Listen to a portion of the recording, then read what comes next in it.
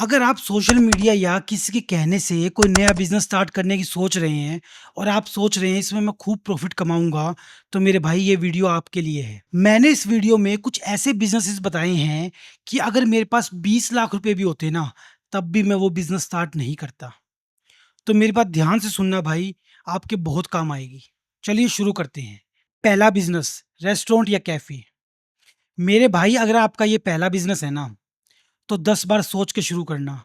जितना ये social media पे ग्लैमरस लगता है, रियल लाइफ में उतना ही टफ है। इसको चलाना इतना ईज़ी नहीं है। अगर आपको लगता है कि मैं एक रेस्टोरेंट सेटअप कर दूँगा और एक अच्छा सा इंटीरियर कर दूँगा, तो लोगों की भीड़ हो जाएगी और खूब पैसे कमाऊँगा, तो शायद आप गलत हो सकते हो। क्योंकि किसी भी रेस्टोरेंट को स्टार्ट करने में एक अच्छी खासी मोटी इन्वेस्टमेंट लगती है। सबसे पहले आपको इसका लाइसेंस लेना पड़ेगा, फिर इसका फर्नीचर बनवाना है, फिर इंटीरियर और फिर रेंट लेके एक अच्छी खासी इन्वेस्टमेंट से स्टार्ट होगा। और एक बार ये स्टार्ट हो भी गया, तो डेली रूटीन में आपके मार्जिन बहुत कम हो जाएँगे। क्योंकि आपको इलेक्ट्रिसिटी का खर्चा, कुछ रिपेयरमेंट का खर्चा, स्टाफ की सैलरी, रेंट देना है, हर महीने ये सब देना होगा। उसके बाद आप कुछ प्रॉफ़िट निकाल पाओगे। और इन सब के अलावा आपको कंसिस्टेंसी का ध्यान रखना होगा। अगर आपका जो मास्टर शेफ़ है, वही चला गया छुट्टी पर, तो पीछे से आपकी खाने की कंसिस्टेंसी क्या होगा? उसकी जगह कोई और खाना बनाएगा तो टेस्ट में डिफरेंस कस्टमर फ़ील करेगा। समझ रहे हो ये बात? और इन सब चीज़ों के अलावा इस लाइन में कॉम्पिटिशन भी बहुत है। कस्टमर ऑलरेडी फेमस रेस्टोरेंट में जाना ही प्रेफ़र करते हैं। नए रेस्टोरेंट को वो 1-2 बार एक्सप्लोर कर सकते हैं, पर अगर उनका एक्सपीरियंस डिसअपॉइंटिंग रहा, तो वो फिर कभी नहीं आएँगे। मेरी बात ध्यान रखना, अगर आप रेस्टोरेंट खोलना ही चाहते हो, तो उसके लिए पहले आप टेस्ट कर सकते हो, क्लाउड किचन करके। क्लाउड किचन में ज़ीरो इन्वेस्टमेंट है। अगर आप घर से क्लाउड किचन स्टार्ट करते हो, तो उससे आप एक बार स्टार्टिंग में टेस्ट कर सकते हो। आपकी टेस्टिंग हो जाएगी कि आपका खाना ऑडियंस को, आस-पास लोगों को कितना पसंद आ रहा है। अगर एक बार आप वो टेस्ट पास कर लो, लोगों को आपका खाना पसंद आ जाए, तो फिर आप नेक्स्ट स्टेप ले सकते हो। हालाँकि क्लाउड किचन में अपने आप में कॉम्पिटिशन बहुत है, पर मैं सिर्फ़ टेस्टिंग के लिए बोल रहा हूँ, तो इस चीज़ को थोड़ा ध्यान रखना। सेकंड बिज़नेस है जनरल क्लोथिंग स्टोर। लोग सोचते हैं कि अगर हम एक क्लोथिंग स्टोर खोल देंगे, तो ये लंबा चलेगा, अच्छा कमाएँगे और इसकी ज़रूरत कभी ख़त्म नहीं होगी। क्योंकि लोग तो कपड़े पहनेंगे, इसकी ज़रूरत कभी ख़त्म नहीं होगी। हम हमेशा बेचते रहेंगे, पैसे कमाएँगे। नहीं भाई, ये फ़ेयरी टेल नहीं है, ये परियों की कहानी नहीं है, ये रियल वर्ल्ड है। रियल वर्ल्ड में अपने ही चैलेंजेज़ होते हैं, जिन्हें आपको ध्यान में रखना होगा। क्लोथिंग स्टोर चलाना आज के टाइम में बहुत, बहुत, बहुत मुश्किल है, बहुत रिस्की है। मैक्सिमम क्लोथिंग स्टोर आप मान के चलो 70-80% तो पहले साल में ही बंद हो जाते हैं। कैसे बंद हो जाते हैं? एक तो इसमें है कॉम्पिटिशन बहुत ज़्यादा। आपको गली, मोहल्ले, नुक्कड़ में हर जगह ये खुले हुए मिल जाएँगे। ब्रांड्स के अपने मिल जाएँगे, डायरेक्ट मैन्युफैक्चरर सेल करते हैं उनके मिल जाएँगे।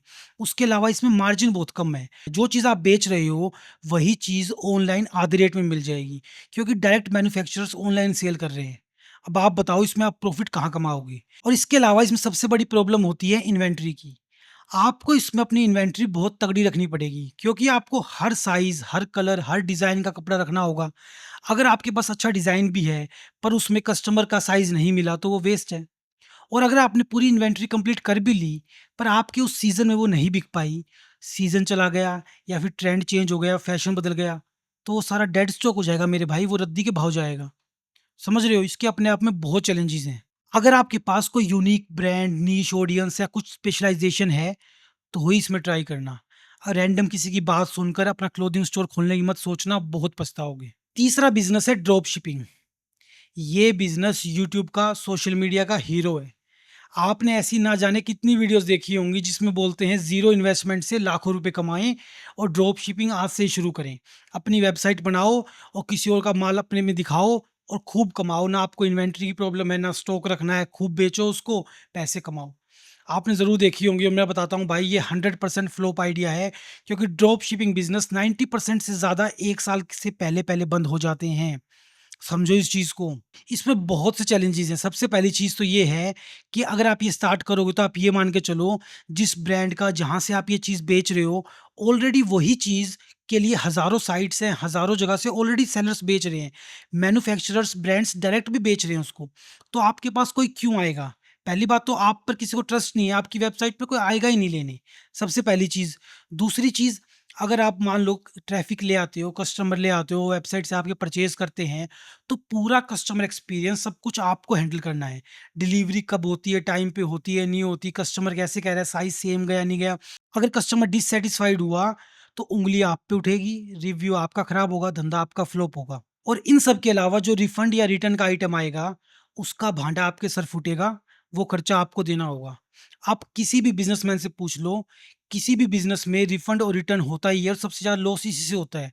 क्योंकि आपको बहुत ज़्यादा माल बेचना होगा जो इसका लॉस भी कवर कर पाए, जो कि आपके लिए बहुत टफ हो जाएगा।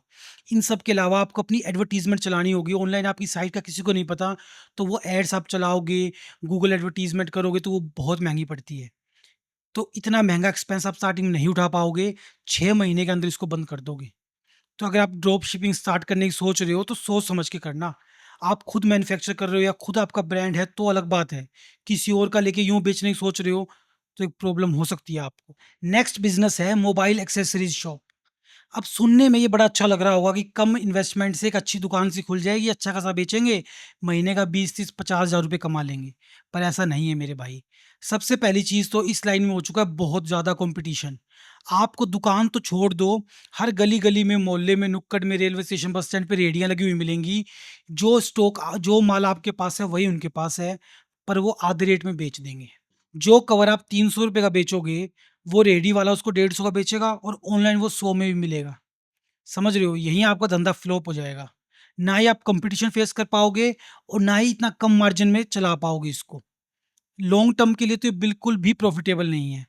इसके अलावा इसमें भी वही प्रॉब्लम आती है इन्वेंटरी की, क्योंकि हर साल इतने नए मोबाइल, नए ब्रांड, नए मॉडल आते हैं। आपने स्टॉक इकट्ठा कर भी लिया, अगर मॉडल चेंज हो गया तो पुराना डेड स्टॉक हो जाएगा। वो किसी भाव नहीं बिकना फिर।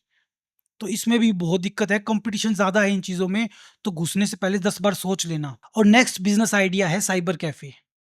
साइबर कैफ़े मेरे भाई एक टाइम पर धूम मचाते थे। इनकी अच्छी खासी बिक्री होती थी, खूब भरा हुआ रहता था ये। पर फिर आ गया स्मार्टफ़ोन। स्मार्टफ़ोन के आते ही साइबर कैफ़े का काम डेड है, ये चीज़ आपको भी पता है। तो अगर आपके माइंड में साइबर कैफ़े चलाने का थॉट भी आया हो तो 10 बार सोच लेना, क्योंकि आजकल सारे काम सोशल मीडिया पे हो रहे हैं। ऑनलाइन पेमेंट करनी हो, रेंट भरना हो या कोई फॉर्म भरना हो, सब स्मार्टफ़ोन से हो जाता है। और साइबर कैफ़े की ज़रूरत ना के बराबर होती जा रही है, क्योंकि साइबर कैफ़े में अगर आप प्रिंट आउट वगैरह और फ़ोटोकॉपी कुछ और काम भी करना चाहो, तो वो काम बाकी स्टेशनरी शॉप वाले, बुक स्टोर वाले वो ऑलरेडी कर रहे हैं, तो उसमें कॉम्पिटिशन और ज़्यादा है। तो स्पेशल उसके लिए आपके पास कोई नहीं आएगा और इसमें जितनी भी इंटरनेट सर्विसेज़ हैं, ब्राउज़िंग सर्विसेज़, वो बहुत बहुत लो इनकम सर्विसेज़ हैं। उतने से आप अपना रेंट भी नहीं निकाल पाओगे। बाकी आप खुद समझदार हो, मैंने आपको कुछ बिज़नेसेस बताए हैं कि आज के टाइम में इनमें घुसना जोखिम भरा हो सकता है। अगर आप फिर भी नहीं करने की सोच रहे हो, तो एक बार दोबारा सोच लेना। मैं इसी तरह नए-नए आइडियाज़ आपको बताता रहूँगा और आप मुझे कमेंट सेक्शन में बताना कि ये चीज़ें आपकी लाइफ़ में किस तरह बदलाव ला रही हैं। मैं मिलता हूँ आपसे अगली वीडियो में। धन्यवाद।